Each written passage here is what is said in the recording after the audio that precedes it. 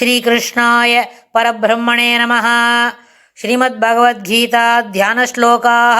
நமோஸ்து தே வியாசவிசாலபுத்தே புல்லாரவிந்தாயத பத்ரநேத்ர ஏன த்வயா பாரததைரபூர்ணः பிரஜ்வாலிதோ ஞானமயப்பிரதீபः பிரபன்னபாரிஜாதாய தோத்ரவேத்ரைகபாணயே ஞானமுத்ராய கிருஷ்ணாய கீதாமிருததுஹே நமः. सर्वोपनिषदो गावो दोक्ता गोपालनन्दनः पार्थो वत्सत्सुधीर्भोक्ता दुक्तं गीतामृतं महत्. वसुदेवसुतं देवं कंसचाणूरमर्दनं देवकी பரமானந்தம் கிருஷ்ணம் வந்தே ஜெகத்குரும். இன்றைய பதிவிலேருந்து நம்ம பகவத்கீதை 8வது அத்தியாயம் அக்ஷர பிரம்ம யோகம் அப்படின்ற அந்த யோகத்தை அதில் இருக்கிற சில ஸ்லோகங்களை நம்ம பார்க்க துவங்கலாம். இந்த 8வது அத்தியாயத்துக்கு ஆரம்பிக்கிறதுக்கு முன்னாடியே 7வது அத்தியாயம் கடைசி 2 ஸ்லோகத்திலேயே பெருமாள் என்ன சொன்னார்? அத்தியாத்மம் சாதிபூதாதி தெய்வம் மாம் அப்படின்னு ஆரம்பிக்கச்சே சாதி யஜ்ஞஞ்சயே விதுஹு பிரயாண காலே பீச்ச மாம் தே உதுர் யுக்தசேதசா அப்படின்னு அதியஜ்ஞம் அதிதெய்வம் அதிபூதம் என்னும் வடிவனாக, அதாவது என்னை அறிந்தவர்கள் எவரோ அவர்களுக்கு பிரயாண காலேபி மரண காலத்திலும் கூட என்னை உணர்ந்து கொள்ள முடியும். அதாவது அதியஜ்ஞம் அப்படின்னும் பொழுது இந்த உலகத்தில் இருக்கிற இந்த பிருத்திவியில் இருக்கிற எல்லா சமய விஷயங்களை காட்டிலும் மேலாவன். அதுக்கு இன்னொன்று முக்கியம் என்ன? அதியஜ்ஞம் அதிபூதம். அதிபூதம் என்று சொல்லும்பொழுது இந்த விஷயங்களில் இருக்கே என்னது, இந்த சாதாரண உலக விஷயங்களில் இருக்கிற ஒரு கட்டுப்பாடை காட்டிலும் அதற்கும் மேலானவன் அப்படின்னு. ஸோ அந்த அந்த கண்டினியூவேஷனில் தான் அந்த கடைசி 2 ஸ்லோகத்தில் அப்படி சொன்னதுனால தான் அடுத்த அத்தியாயம் இதற்கு தொடர்புடையது அப்படின்னு நம்ம நம்மளுக்கே புரியும். அர்ஜுனனுக்கு அப்பயே தெரிஞ்சு போச்சு, பெருமாள் இது என்னமோ இதுக்கு சேர்த்து புதுசாக சொல்ல போகிறார் போல இருக்கே அப்படின்னு. அப்போது 7வது அத்தியாயத்தோட முடிவில் பிரம்மம் அத்தியாத்மம் கர்மம் அதிபூதம் அதிதெய்வம் அதியஜ்ஞம் போன்ற விஷயங்களை பற்றி முழு ஞானமும் பிரயாண காலத்தில் பகவத் தியானத்தினாலும் ஒருத்தனுக்கு கிடைக்கும், உத்தமவனுக்கு கிடைக்கும். உத்தமமானவன் அப்படின்னு சொன்னால் எல்லாவற்றிலும் எல்லா விஷயங்களிலும் இருக்கிறது உள்ளுரை பொருளாக இருப்பது, அந்தர்யாமியாக இருப்பது ஸ்ரீமன் நாராயணன் அப்படின்னு புரிஞ்சின்றவனுக்கு, அதாவது உத்தம ஞானிக்கு கிட்டுகின்றது என்று கூறப்பட்டது. இந்த 7 விஷயங்களையும் விரித்து கூறு அப்படின்னு அர்ஜுனன் இந்த அத்தியாயத்தில் கேட்குறார். கேட்ட உடனே பெருமாள் என்ன பண்ணது? 7 வகையான வினாவிடைக்கு 7 வகையான வினாவிற்கு விடுத்த அத்தியாயம், அதாவது 7 வித வினாக்களுக்கு விடை கொடுத்த அத்தியாயம். விடை கொடுக்குற இப்போ அர்ஜுனன் கேட்ட உடனே பெருமாள் என்ன சொல்கிறார்? அடுத்த ஒரு 30 ஸ்லோகத்தில் முதல்ல சொல்லிகிட்டே வர்றார். அதுக்கப்புறம் 9வது அத்தியாயத்திலும் இதற்கு தொடர்புடையதாக அவன் கேட்ட கேள்விக்கெல்லாம் இன்னும் 2 வார்த்தைக்கு பதில் இல்லை அப்படின்னு எல்லாத்தையும் சேர்த்து சொல்லி கொடுக்குறார். அதனால் அக்ஷர பிரம்ம யோகம் அப்படின்னு சொன்னால் அக்ஷர பிரம்மன்றது என்ன? ஓங்காரம். அகார உகாரம் அகாரம். இந்த அகாரம் என்று சொன்னால் என்னது? மகாரம் என்று சொன்னால் உகாரம் பிராட்டியை குறிக்கும், மகாரம் ஜீவன், அதாவது நம்மளை போல சாதாரண ஜீவாத்மாவை குறிக்கும், அகாரம் என்பது பரமாத்மாவை குறிக்கும் அப்படின்னு சொல்லி அந்த ஓங்கார உபாசனை ரொம்பவும் முக்கியம். ஓங்கார பிரணவத்தில் நின்று உபாசிக்க வேண்டும். பிரணவாகாரம் அப்படின்னு சொன்னால் அந்த பிரணவத்தை பெரியாழ்வார் ஒரு பாசுரத்தில் சொல்கிறார், 3 மாத்திரைகள் நீட்டி சொன்னால் அது எப்படின்னு இந்த மாதிரி இந்த யூடியூப் உபன்யாசத்துலலாம் அதை அப்படி சொல்லி காட்டப்படாது. அது எப்படி இருக்கணும்னு கேட்டால் ஒரு குரு மூலமாக நம்ம ஆச்சாரியர்கிட்ட நம்ம சரணாகதி பண்ணிக்கும் பொழுது அப்போ ஆச்சாரியர் அஷ்டாட்சரம் துவாசாட்சரம் 2த்தையும் ஒரு வாட்டி சொல்லி தந்தாகும். அப்படி அந்த சொல்லி தரும்போது அது எப்படி இருக்குதுன்னு நம்மளுக்கு இப்போ தெரிஞ்சுவிடும் இல்லையா? இதை தெரிஞ்சிட்ட உடனே ஆச்சாரியர்கிட்ட சரணாகதி பண்ணி கொடுன்னு நம்ம விஞ்ஞாபனம் பண்ணி அது ஒரு நாள் போய் விசேவிச்சுட்டு கேட்டு எல்லாம் வாங்கிட்டு வரும்பொழுது பெருமாள் என்ன பண்ணுவார்? அப்போது பெருமாள் அனுகிரகம் கூடவே வரும், ஆச்சாரியரும் அனுகிரகித்து சரணாகதி பண்ணி கொடுத்தாகும் அப்படின்னு சொன்னால் அந்த சமயத்தில் சொல்லி கொடுத்தாகும் எப்படி அஷ்டாட்சரத்தை சொல்லணும், துவாசாட்சரத்தை எப்படி ஜபிக்கணும்னு அப்போ தான் சொல்லி கொடுப்பா அப்படின்னு. அதை 3 மாத்திரை அளவிற்கு நீட்டி உச்சரித்தால் என்ன கிடைக்கும்? மோட்சம் கிடைக்கும். ஏன்னா ஒரு மாத்திரை மட்டும் சொன்னால் இந்த உலகத்தில் இருக்கிற சாதாரண சாமானெல்லாம் கிடைக்கும். உலகாயதமான சௌரியங்கள் கிடைக்கணும்னு சொன்னால் பிரணவத்தை என்ன சொல்லணும், ஒரு மாத்திரை அளவுக்கு நீட்டி சொன்னால் போகிறோம். 2 மாத்திரை அளவுக்கு நீட்டு சொன்னால் அது என்ன பண்ணும், இன்னும் தெளிவான யோசனை, பெருமாண்ட இடைவிடாத பக்தி அதுபோல் கிடைக்கும். 3 மாத்திரை அளவிற்கும் என்ன அதை நீட்டி பெரிசாக ஓங்க பிரணவத்தை சொல்ல முடியுமானால், பிரணவத்தை பயன்படுத்த முடியுமானால் அது என்ன பண்ணும், மோட்சத்தை கொடுக்கும் அப்படின்னு ஆழ்வார் தன்னுடைய பாசுரத்தில் சொல்கிறார். அதனால் அது ஒரு பெரிய உபாசனை, அந்த உபாசனத்தை மேற்கொள்ள முடியும். உபாசனை பற்றியும் இது கூறுவதால் அக்ஷர பிரம்ம யோகம் என்று கூறப்படும். மேலும் இந்த யோகம் இந்த அத்தியாயத்தை தாரக பிரம்ம யோகம் என்றும் பிரம்மாட்சர நிர்தேசம் என்றும் கூறப்படுவது. ஏன்னு கேட்டால் பிரம்மத்தை எப்படியெல்லாம் நம்ம என்ன செய்யணும், இதை புரிஞ்சிக்க முடியும், அதை எப்படி நிர்தாரணம் பண்ண முடியும், எது சொன்னால் இது பிரம்மத்தோடு சேரும் அப்படின்னு பெருமாள் என்ன சொல்கிறார். இதுக்கு தொடர்புடையதா கீதார்த்த சங்கிரகம் அப்படின்னு ஒரு புஸ்தகம் இருக்குது. அதில் 32 ஸ்லோகம் தான் இருக்குது. அப்படின்னா அந்த 32 ஸ்லோகத்துலேயும் முதல் ஒரு ஸ்லோகம் எல்லா அத்தியாயத்துக்கும் சேர்த்து 2, 3, 4 3 ஸ்லோகம் இந்த பகவத்கீதையை 3 பிரிவாக பிரிச்சிருக்கோம். அதாவது முதல் 6 அத்தியாயம் பிரதம ஷட்கம், 2வது 6 அத்தியாயம் மத்தியம ஷட்கம், 3வது 6 அத்தியாயம் என்ன கடைசி ஷட்கம். அந்த 6 அப்படின்னு சொன்னால் அந்த 3 ஷட்கத்துக்கும் சேர்த்து ஒரு ஷட்கத்துக்கு ஒரு ஸ்லோகம். அதாவது முதல் ஸ்லோகம் 18 அத்தியாயங்களுக்கும் சேர்த்தது 2, 3, 4 அது 3 ஒரு 6 ஷட்கத்துக்கு சேர்த்த ஒரு ஸ்லோகம். அப்போ 2, 3 அப்போ எடுத்து 2, 3, 4 ஆன உடனே 5வது ஸ்லோகத்துலேருந்து ஒரு அத்தியாயத்தில் சிறப்பானதுக்கு அப்படின்னு சொல்லி இந்த மாதிரி ஒரு 18 ஸ்லோகத்தில் 18 அத்தியாயத்தை பற்றியும் சிறப்பானது அதில் என்ன இதெல்லாம் சொல்லித்தரார். பாக்கி உள்ள ஸ்லோகத்தில் இந்த 18 அத்தியாயத்தில் விட்டு போன சில முக்கியமான விஷயங்கள் இருக்கும் இல்லையா, இந்த முதல்ல சொன்ன 20 ஸ்லோகத்துக்குள்ளே சொல்ல முடியாதபடி அந்த 22 போக பாக்கி உள்ள 10 ஸ்லோகத்தில் இந்த விட்டு போன செய்தியெல்லாம் அதில் சொல்லி கொடுக்குறார். அந்த மாதிரி ஒரு ஸ்லோகத்தையும் பார்க்கும் பொழுது இதில் என்ன இருக்குது, ஞான விஞ்ஞான யோகம். அந்த யோகத்தில் எது அறிவு, எது முக்கியமாக தெரிஞ்சுக்கணும் அப்படின்னு சொல்லி கொடுக்குறார். அதுக்கு அடுத்தது இந்த அக்ஷர பிரம்ம யோகத்தில் இது முதல் வரியில் ஒரு பாதி, 2வது வரியில் இன்னொரு பாதி அப்படின்னு சொல்லும்பொழுது இதில் என்ன கிடைக்கிறதுனா, அக்ஷர பிரம்மன்றது ஓங்காரம் பிரணவாகாரத்தில் எது சிறப்பானது, எப்படி அதை தெரிஞ்சுக்க முடியும், அத்தியாத்மம் என்றால் என்ன, அப்புறம் இந்த ஜீவன் எப்படி கிளம்புறது, பிரயாண காலே பீச்ச அப்பி அப்படின்னு போன அத்தியாயத்தில் கடைசி ஸ்லோகத்தில் சொன்னார். அது என்னது, இதுபோல் அதியஜ்ஞம் அதிபூதம் இதெல்லாம் தெரிஞ்சிடுறவனுக்கு மரண காலத்திலும் இறக்கும் தருவாயிலும் என்ன பண்ணோம், பகவத் ஸ்மரணை கிடைக்கும். அதாவது இது எல்லாவற்றிற்கும் என்ன தாண்டினது அப்படின்றது ஒன்று அவனால் புரிஞ்சிக்க முடியும் அப்படின்னு சொன்னார். அவர்கள் என்ன பண்ணார், நிலைத்த மனத்தினராய் மரண காலத்திலும் கூட என்னை அறிவர். பெருமாள் என்ன சார், மாம் விதுகு கிருஷ்ணர் இருக்கார், ஸ்ரீகிருஷ்ணரை பற்றி புரிஞ்சிக்க முடியும்னு சொல்கிறார். அப்புறம் இதே மாதிரி இந்த கீதார்த்த சங்கிரகம் போல் பகவத்கீதைக்கு ஒரு வெண்பா இருக்குது செய்யுள் வடிவில். அப்புறம் கீதார்த்த சங்கிரகத்துக்கு ரக்ஷை உரைநடை முறையில் பகவத் ராமானுஜர் சொல்லி கொடுத்த கீதா பாஷ்யமும் இருக்குது. அதே மாதிரி வேதாந்த தேசிகர் ஸ்ரீமன் நிகமாந்த மகாதேசிகன் நம்மளுடைய தூப்பல் குலமணி அவர் கூட என்ன பண்ண, அவரோட ஒரு இருக்கு என்ன பகவத்கீதைக்கோசரம் கீதார்த்த சங்கிரக ரக்ஷை இதெல்லாம் என்ன பண்ணோம், சமஸ்கிருதத்துலேயும் இதில் இருக்கிற ஒரு உரைநடை போல் அதெல்லாம் ஒன்றுத்தையும் படிச்சுட்டு அதுக்கப்புறம் இந்த ஸ்லோகத்தெல்லாம் நம்ம படிக்க வந்தோன்னு வைங்க, ஒரு ஸ்லோகம் படித்து முடிக்கிறதுக்குள்ளேயே 1 மாதம் ஆகிடும்.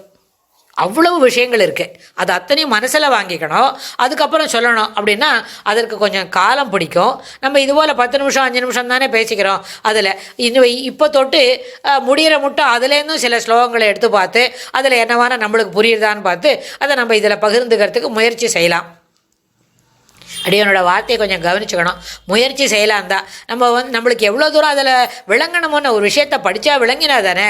விளங்கிக்கவே முடியலன்னா இப்போ போய் நம்ம ஆச்சாரியர் அடியனுக்கு பார்க்கணும்னு சேவிக்கணும்னு ஆசையாக இருக்குது, எங்கே போய் சேவிக்கிறது, கொடுப்பினேன்னு ஒன்று இருக்குது. ஆச்சாரியர்கிட்ட சரணாகதி பண்ணிக்கும்போது இதெல்லாம் பற்றி தெரியாது. அப்போ வயசு சின்னது, வயசை தாண்டி இருக்குது. ஆனால் இப்போ ஆச்சாரியர் ஓணும்னா எங்கே போய் கேட்குறது, இப்போ இருக்கிற ஆச்சாரியர்கிட்ட தான் போய் விஞ்ஞாபிச்சுக்கணும். அதுக்கெல்லாம் நிறைய சாவகாசம் வேணும், படிக்கிறதுக்கு நேரம் வேணும், எல்லாமே இருக்குது. எல்லாமே பகவத் சங்கல்பம் இருந்தால் தான் கிடைக்கும். என்ன கிடைக்கிறத வச்சு என்ன பண்ணலாம், இந்த ஜெர்னி இருக்கே வாழ்க்கை என்கின்ற பயணம், இதே இனிதே நடத்தி கொண்டு செல்வதற்கு முயற்சி செய்யலாம். இந்த முயற்சி செய்வதற்கும் ஈஸ்வர அனுகிரகம் அவசியம் என்பதை மனசில் வாங்கிக்கலாம். இதில் இந்த கீதார்த்த சங்கிரகத்தில் ஒரு பாசுரம் இருக்குது. ஆராத செல்வமும் ஆறுயிர் காணும் அரும் பயனும் பேராத தன் கழற்கீழ் அமரும் பெருவாழ்ச்சிகளும் சேராது உகந்தவர் தூய்மதி கொள்வதும் செய்வனவும் தேரார் விஷயனுக்கு திருநாரணன் செப்பினனே. விஷயன் என்கிற வில்வித்தையில் சிறப்பானவன், காண்டீபத்துக்கு சர்வசாதாரணமாக பயன்படுத்தக்கூடியன், எப்பொழுதும் வெற்றி என்பதே அவனுக்கு தெரியும் அப்படின்னு. அதில் அவனுக்கு நாரணன் செப்பினனே, திருநாரணன் இருக்கிற ஸ்ரீமன் நாராயணன் ஆகிய ஸ்ரீகிருஷ்ணர் அர்ஜுனனுக்கு என்ன சொல்லி கொடுத்தார் அப்படின்னா, இதில் முன்னொரு முக்கியமானது, அர்ஜுனன் நான் இப்போ சண்டை போட மாட்டேன், எனக்கு ரொம்ப குழப்பமாக இருக்குது அப்படின்னு சாரதி இருக்கிற தட்டுங்களை உட்காந்துட்டான். மேலே நின்று சண்டை போகிறதுக்குன்னு ஒரு இடம் இருக்கும் தேரில், அதில் உட்காந்துக்காம கீழே இறங்கிட்டு நான் இதிலே உட்காந்துக்கிறேன், நான் இங்கே தான், என்னால் சண்டை போட முடியாது. என்ன சண்டை போட முடியாதுன்னு சொல்கிற? உனக்கு கர்த்தவியமே ராஜான்னா ஜனங்களை பரிபாலனம் பண்ணோம். ஜனங்களை பரிபாலனம் பண்ணுறதுக்கு ராஜ்யத்தில் இருக்கிற குறைபாடுகளை நீக்கி எல்லாத்தையும் சிறப்பான அரசாட்சியை அமைத்து கொடுக்க வேண்டியது ஒரு ராஜாவோட கடமை. அப்படி இருக்கிறவன் நீ சண்டை போட மாட்டேன்னா எப்படி? உன்னுடைய கர்மாவை நீ விடாத செய்யணும் இல்லையா? கர்ம நிஷ்டை, முதல்ல ஒரு நிஷ்டையை பற்றி இந்த அத்தியாயத்திலலாம் சொல்லி கொடுக்குறார். அப்படின்னா நிஷ்டைன்றது என்ன? ஏதோ ஒரு கோல், ஒரு முடிவை நோக்கி, ஒரு தேவையை நோக்கி நம்ம பயணிக்கிறோம் அப்படின்னு சொன்னால், அந்த தேவைகள் பூர்த்தியாகிற வரைக்கும் அந்த பயணத்தை அதே பாதையில் விடாத செய்யணும். இதுக்கு நடுவில் சிலப்போ சர்க்கியூட்டஸ் ரூட்டு கூட கிடைக்கமா இருக்கும். இருந்தாலும் சர்க்கியூட்டஸாக இருக்குன்னு அதை அங்கேயே என்ன பண்ணாத விட்டுட்டு ஒதுங்கி நிற்காம அந்த பாதையிலேயே தொடர்ந்து பயணிப்பது, அந்த நிஷ்டை என்பது அந்த முடிவை எட்டுவது வரைக்கும், முடிவு அடைய வேண்டும் என்கின்ற விடாமுயற்சியோடு தொடர்ந்து செய்வது நிஷ்டை. அந்த கர்ம நிஷ்டையை தெரிஞ்சு விடாது செய்தால் தான் பக்தி யோகம் அதுவே கிடைக்கும். கர்மாவை விடாது செய்தால் தான் பக்தி வரும். பக்தியை தொடர்ந்து செய்தால் தான் என்ன பண்ணும்? கர்மாவை விடாது செய்தால் தான் ஞானம் வரும். ஞானம் தொடர்ந்து செய்தால் தான் பக்தி கிடைக்கும். ஆனால் பக்தி முதல்ல நான் பண்ணிவிட்றேன், ஞானத்தை கேட்கறதுக்கு நான் காட்டுக்கு போகிறேன், சண்டையே போட மாட்டேன், இந்த அம்பரா துணி, இந்த காண்டி பத்துன்னு எல்லாத்தையும் இறக்கி கீழே வச்சா பெருமாளுக்கு என்ன இந்த பையனுக்கு ஒன்றும் விளங்கலையா என்ன? சரீரம் வேறு, ஜீவன் வேறு. ஆனால் சரீரம் ஜீவனம் ஒன்றும் நிறைஞ்சிருந்தா அது பீஷ்மர் அடிக்க மாட்டேன், துரோணர் அடிக்க மாட்டேன்னு. ஏன் பயில நீ அடிக்காட்டா கூட அந்த பீஷ்மர் சரீரத்தில் இருக்கிற ஜீவன் அந்த சரீரத்தை உதறிட்டு ஒரு நாள் போத்தானே போகும். இது என்ன உனக்கு விளங்க மாட்டேங்கிறது அப்படின்னா, ஓஹோ இந்த பையனுக்கு ஜீவனும் ஆத்மாவும் சரீரமும் வேறு வேறு அப்படின்னு இவனுக்கு விளங்கலை போல், அதை பற்றி நம்ம எடுத்து சொல்லுவோம் அப்படின்னு ஆரம்பித்தார். அப்புறம் நான் சண்டையே போட மாட்டேன்னா, என்னடா இதுவும் தாத்தாவை அடிக்க மாட்டேன்ற, அதுக்கு சொல்லிக் கொடுக்கணும். சண்டை போட மாட்டேன்னா கர்த்தவியம், உன்னுடைய கர்ம நிஷ்டையை நீ செய்ய மாட்டேன்னா, நிஷ்டைன்னு சொன்னால் அதுக்கு விடாத முயற்சி இருக்க வேண்டாமா அப்படின்னு யோசிக்கிறார். அப்போ தான் பெருமாள் இவனுக்கு இதெல்லாம் ஞான யோகம் கர்ம யோகத்தெல்லாம் சொல்லிக் கொடுக்கணும், இதை விடாத செய்யறதுக்கு இவனை பழக்கப்படுத்தணும், இவனுக்கு அதை தெளிவுபடுத்தணும்னு ஆரம்பித்து அவனுக்கு சொல்கிறார். இப்போ இவனுக்கு குழப்பம் வருது. நான் சண்டை போட மாட்டேன், இதெல்லாம் செய்ய மாட்டேன், இதெல்லாம் நான் என்னை விட்டுருப்பா, நான் காட்டுக்கு போய் ஞானமே முதல்ல பண்ணிக்கிறேன். பெருமாள் அப்போ சொல்கிறார், முதல்ல எப்படா ஞானம் வரும்? கர்மாவை விடாத செய்த பிறகு அதில் ஒரு ஈடுபாடு வந்தால் தான் இந்த கர்மாவும் நம்மளுக்கும் என்ன சம்பந்தம் இல்லை அப்படின்ற ஞானம் வந்த பிறகு தான் ஞான யோகம் செய்ய முடியும். முதல்ல எடுத்தோடனே எப்படா ஞானம் வரும்? இவன் என்னடா முன்னுக்கு பின்னு இப்படி சொல்லிட்டு இருக்கான், இந்த பையனை எப்படி உக்காத்து வைக்கிறது அப்படின்னு சுவாமி யோசிச்சுட்டு இருக்கார். அப்போ அவன் இதை சொல்கிறான், இந்த சண்டையை நீ போடணும், நீ தான் சண்டை போடணும், நீ தான் ஜெயிக்கணும், ஆனால் ஜெயிக்கிறத நான் பண்ணுறது இல்லைன்னு. என்ன கிருஷ்ணா இப்படி ஒரு லைன் சொல்கிறாங்க, ஒரு செமிகோலன் போடுற, திருப்பி வேறு என்னமோ சொல்லித்தரார். இல்லைப்பா, நீ தான் ராஜான்ற முறையில் நீ என்ன பண்ணணும், உங்கள் ஜனங்களை பரிபாலனம் பண்ணணும். அதுக்காக ராஜ்யத்தை சிறப்பாக பரிபாலனம் பண்ணணும்னா அது ராஜ்யத்துக்கு வரக்கூடிய என்ன கெடுதியெல்லாம் நிறுத்தணும்னா சண்டை போடணும், சண்டை போட்டு ஜெயிக்கணும். ஆனால் இதை நான் பண்ணுறேன்னு நினைக்கப்படாது. அப்புறம் எதை பற்றி நினைக்கணும் அப்படின்னா, நீ ஒத்தனாவே சண்டை போட்டுவிடுவியா? முடியாதுல்ல. நீ உனக்கு எல்லாரும் பாக்கி இருக்கிற உன்னுடைய உள்ளுக்குள்ளே சரீரம் ஒத்துழைக்கணும், உள்ளுக்குள்ளே இருக்கிற பலம், சரீரத்தில் பலம் இருக்கணும், இந்த கிளைமேட்டிக் கண்டிஷன் இருக்கே அது தட்ப வெப்பநிலை சிறப்பாக இருக்கணும், அது உனக்கு அனுகூலமாக இருக்கணும், அப்புறம் குருவோட கிருபை வேணும், எல்லாத்துக்கும் மேலே பகவத் அனுகிரகம் வேணும். இதை மாதிரி எல்லா 5 விதமான பஞ்சபூதங்கள் இருக்கு, அதனோட ஒத்துழைப்பு இருந்தால் தான் நீ ஜெயிக்க முடியும். ஆனால் நீ தான் சண்டை போடணும். அதுவே ஜெயிச்சுக்கிட்டோம் போ அப்படின்னு சொல்லிட்டு நீ ஒதுங்கி போக முடியாது. எந்த கர்மாவிலேருந்தும் இந்த ஜீவன் என்றவன் ஒதுங்கிக்கவே முடியாது. எல்லாமே பகவத் பிரீத்தியர்த்தம் அப்படின்னு சொல்லி செய்யத்தான் போனோம். நீ அப்படி ஒதுங்கி போனால் உன்னை எல்லாரும் கோழைன்னு சொல்லுவா, சண்டை போடுறதுக்கு சகுதி இல்லாதவன்னு சொல்லுவா. உண்மையில் நீ அப்படியா? இல்லவே, நீ பெரிய வீரனாச்சே, உன்கிட்ட உன்னோட வீரத்தை பார்த்து இந்த உலகமே வியக்குமே, அப்புறம் எப்படி நீ சண்டை கர்மாவை செய்ய மாட்டேன்ற? எல்லா கர்மாவையும் விடாது செய்யணும். கர்மாவை விடாது செய்யறதுக்கு உன்னுடைய முயற்சியும் வேணும். ஆனால் அந்த முயற்சி ஒன்றுதில்லைன்னு நினச்சிக்கலாம். அதனால் அது எப்படி வரும்? ஒரே ராத்திரியில் ஒரு 15 நிமிஷத்தில் இது போல் ஒரு 5 நிமிஷம் பேசினா வருமா அப்படின்னு கேட்டால் நிச்சயமாக இல்லை. அது என்ன பண்ணணும்? அது பழக்கத்தில் வரணும். கர்மாவை அந்தந்த கர்மாவை அதாவது ஆங்கிலத்தில் ஒரு வார்த்தை சொல்லுவாங்க, த ரோல் டிஃபைனிங்னு. அந்தந்த ரோலுக்கு என்ன, இப்போ எனக்கு ஏதோ ஒரு ட்ராமாவில் நடிக்கணும், அங்கே ஒரு ராஜா வேஷம் போட்டுக்கணும்னு சொன்னால் ராஜாவுக்கு உண்டான உடுப்பெல்லாம் போட்டுக்கணும், ராஜா போல் கம்பீரமாக நடக்கணும். அதுக்கப்புறம் ராஜாவோட அந்த கத்தி கேடயமெல்லாம் எடுத்துக்கிட்டு அந்த வீரமாக பேசணும், குரலில் துவனி நன்னா வரணும். அதெல்லாம் இருந்தால் தான் ராஜா ரோலுக்கு தகுதியானவன். ராஜா ரோலை சரியாக செய்ய முடியல, கம்பீரமாக நடக்கக்கூட முடியலன்னா we are unfit for that. Moreover இதெல்லாம் நம்ம செய்கிறோம், ராஜா நன்னாவே செய்கிறோம்னு வச்சுக்கோங்களேன். நன்னா ராஜா ரோலை சிறப்பாக செய்கிறோம். ஆனால் ட்ராமா முடிஞ்சு போச்சு, வேஷத்தெல்லாம் கலைஞ்சாச்சு. அவள் பின்னாடி என்ன பண்ணணும்?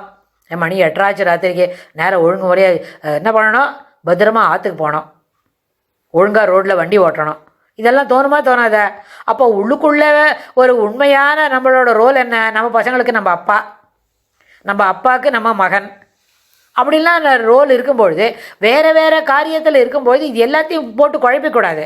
நீ இப்போ சேரில் சண்டை போடுறதுக்கு வந்திருக்க, சண்டை போட்டால் நீ ஒரு பெரிய வீரன், அப்புறம் ராஜ்யத்தை பரிபாலனை பண்ண வேண்டிய கடமையில் இருக்கிற ராஜ பரம்பரையில் இருக்கிற ஒருத்தன், ஜனங்களை பரிபாலனை பண்ணது உண்டு. அப்புறம் திடீர்னு குழப்பிக்கிறேன், இது எங்கள் தாத்தா அடிக்க மாட்டேன், தாத்தா அடித்தா காலம் ஆடுவார், குரு அடிக்க மாட்டேன்னு. அதெல்லாம் இல்லை, முதல்ல தெளிவாயிரு அப்படின்னு. இந்த மாதிரி தெளிவாக இருக்கணும்ன்ற அந்த விஷயத்தை தேரார் விஷயனுக்கு திருநாரணன் செப்பினனே என்ன சொன்னார் கேட்டால், ஆறாத செல்வமும் ஆறுயிர் காணும் அரும்பயனும். எவ்வளோ பெரிய செல்வந்தனாக இருந்தாலும் பிறவி முடிய போகிறதுன்னு சொன்னால் அது எப்படி இருக்கணும்? அதை பயன்படுத்துறது, அதை விட்டுட்டு தான் நீ போக வேண்டி வரும். பேராத தன் கழறு கீழ் அமரும். நம்மளை திருவடியோட பெருமாள் திருவடி அடியில் அமர்ந்து உனக்கு என்ன வேணுமோ அதை நீ கேட்கணும். பெருமாள்கிட்ட சொன்னால் தான் அதை பற்றி நம்மளால் தெரிஞ்சுக்க முடியும். அப்படி நான் என்னத்தை சொல்லணும்? கிருஷ்ணா உன்னுடைய அனுகிரகம் எனக்கு தேவை அப்படின்னு சொல்லி சரணாதி பண்ணாதான் இந்த வாழ்க்கை என்ற பயணத்தில் என்னெல்லாம் தேவையோ அது பெருமாள் ஒன்று விடாத தந்துடுவார். அவருக்கு ஒருத்தருக்கு தரக்கூடாது, தரணும் அப்படின்றது ஒரு ரிசர்வேஷன்ஸ் கிடையாது. எந்த ஜீவன இடத்துலையும் அவருக்கு பாகுபாடு கிடையாது. எல்லா ஜீவனும் அவருக்கு தேவையானது தான். ஆனால் இதுகள் திருந்தி வரமாட்டேன்றத அப்படின்னு தான் யோசிப்பார். அதனால் திருந்தி வருவதற்கு நிறைய வாய்ப்புகள் கொடுத்து கொண்டே இருக்கப்படும். அந்த வாய்ப்புகளை நம்ம என்ன பண்ணணும்? பயன்படுத்திக்கணும். அப்படின்னா அதுபோல் எந்த வாய்ப்பை நீ எனக்கு கொடுத்தாலும் அதை நான் புரிஞ்சுக்கிறதுக்கு எனக்கு அனுகிரகம் பண்ணு கிருஷ்ணா, அதை நம்ம அங்கே தான் கேட்டுக்கணும். அதனால் இதுபோல் முக்கியமான கருத்துக்களை பெருமாள் இந்த பிரணவத்தை பயன்படுத்துறது எப்படி, பிரணவத்துக்கு என்னெல்லாம், அது என்ன அடிப்படை காரணங்கள் என்ன, அது எல்லாத்தையும் சேராது உகந்தவர் தூய்மதி கொள்வதும் செய்வதும். சேராது உகந்தவர் இது எல்லாத்துலேயும் ஒருத்தருக்கொத்தர் இணைந்து என்ன செய்யணும் அப்படின்றத கேட்குறார், அதை சொல்லி கொடுக்குறார் இந்த அத்தியாயத்தில். இந்த அத்தியாயத்துக்கு உள்ளூரை என்ன பொருள்னு கேட்டால், தாரக பிரம்ம யோகம்ன்றது காட்டாலும் பிரம்மாட்சர நிர்தேசம். பிரம்மம் எந்த அக்ஷரத்தில் நின்று என்னத்துக்கு உலகத்துக்கு பயன்பாடு உடையதாக நம்மளுக்கு அதை புரிய வைக்கும். தனிப்பட்ட மனிதனுக்கு புரியணும். இது முதல்ல அர்ஜுனனுக்கு புரியணும்னு தான் பெருமாள் போன அத்தியாயத்தில் கடைசியில் 4 வார்த்தை சொன்னார். அதை வச்சு அவன் ஒரு 7-8 கேள்வி பெருமாளை கேட்டார்து. அந்த கேள்விக்கெல்லாம் பெருமாள் இந்த அத்தியாயத்தில் பதில் சொல்கிறதுக்கு துவங்குறார். முதல் ஸ்லோகத்திலேருந்து அடுத்த பதிவில் பார்க்கலாம். ஸ்ரீ கிருஷ்ணாய துப்யம் நமஹ.